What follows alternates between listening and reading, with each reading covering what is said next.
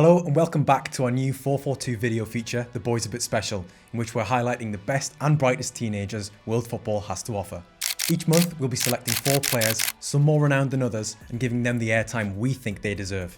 Don't forget to comment your suggestions below if there's a player we really should be spotlighting, but try not to take it personally if your team's favourite youngster isn't featured. Relax, it's not that deep. So without further ado, on with the show, and it's a Galactico with a twist who kicks off this episode. Franco Mastantuono has had 2 breakout years, not one. The Argentine international slipped on 𝗘𝗫𝗧𝗏𝗧𝗏𝗧's boots and into the red sash-adorned River Plate kit shortly after 𝗘𝗫𝗧𝗏𝗧's move to Manchester City just over 18 months ago.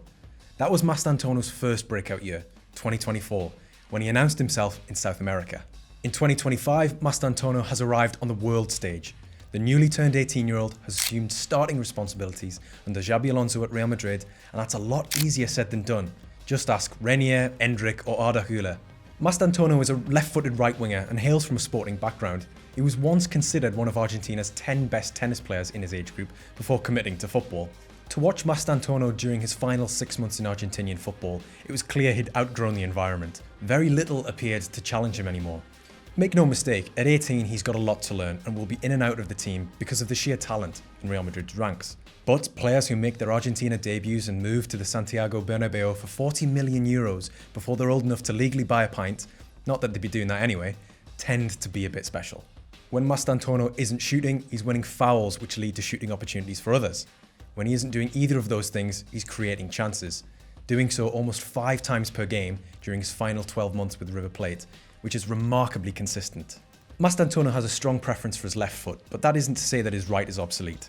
Demonstrated by the goal he scored against Levante to open his Real Madrid account. Takes it in his stride.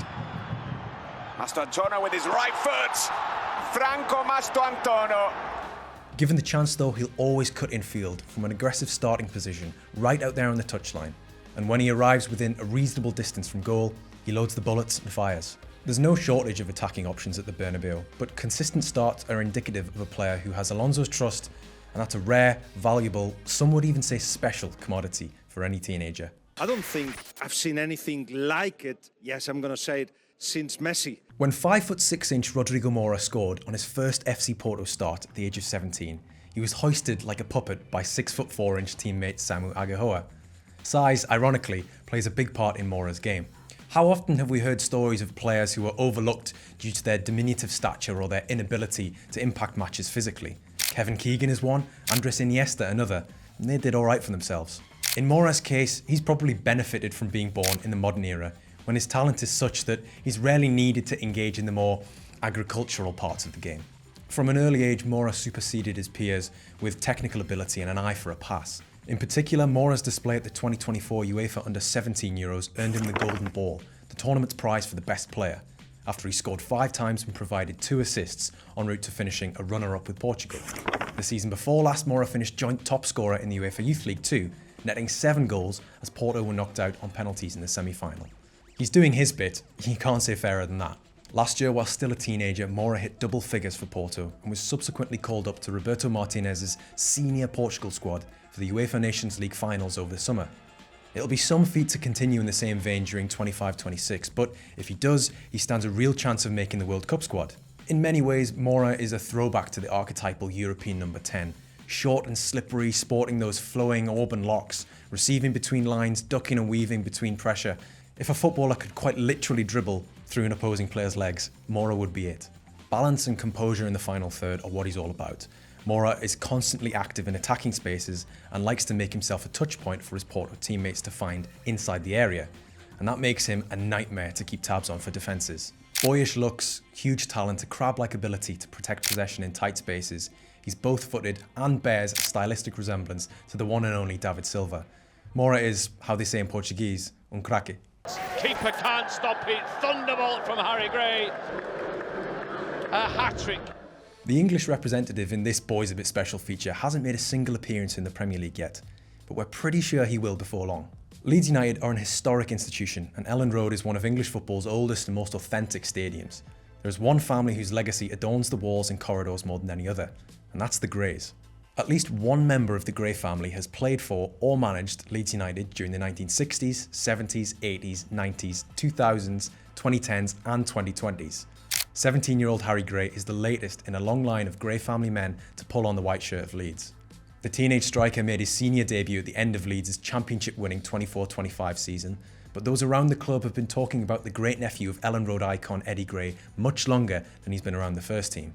Harry's elder brother Archie, now at Spurs, burst onto the scene with Leeds as a fresh-faced, versatile midfielder, playing over 50 times in his one and only season as a first-team player.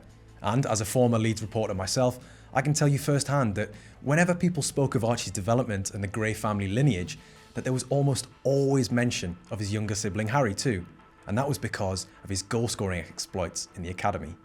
Tall, confident and wiry, Harry is much like his brother, already an accomplished footballer, even if senior opportunities in the Premier League will be harder to come by than Archie found in the division below. The Leeds youngster is a striker, working hard out of possession and clinical in front of goal. His style is typical of the number 9s that his granddad Frank Gray, a European Cup winner with Nottingham Forest, made a living playing against back in the 70s and 80s. Harry is yet to make his Premier League debut, but that's coming.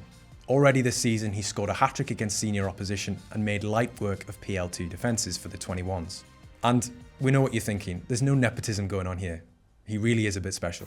Nadie viene a buscarla Pablo Marín, pero decide retrasar la bola para John Martín. The Basque Country is known for two things, its food and its football clubs.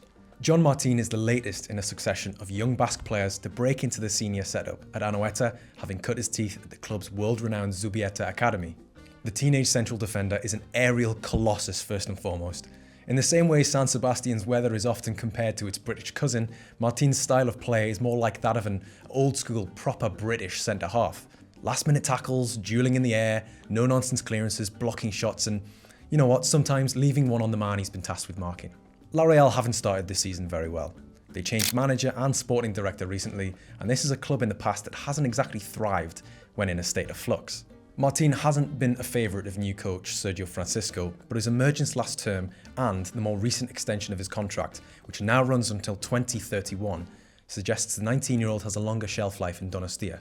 The Basque Lighthouse, which is a nickname I'm really quite proud to have come up with, is a major threat in the opposition penalty area and has demonstrated exactly that in youth international tournaments for Spain. Even at 6'1", which is by no means the tallest for a top 5 European League central defender, Martín's aerial prowess is his standout attribute and something he's likely to improve upon as he develops further, both tactically and physically. Spain's pool of up-and-coming centre-halves is rich with promising talent, considering Pau Cubarsí and Dean Huijsen playing regularly for La Liga's Big Two. But don't be fooled by Martín's current lack of game time. He deserves to be spoken about in the same breath, and clubs know it. And don't forget, you can read all about the world's best young talents and more in the latest issue of FourFourTwo magazine. And remember, tell us in the comments which teenagers you want to see featured on the next episode of The Boys A Bit Special. Thanks for watching, bye for now.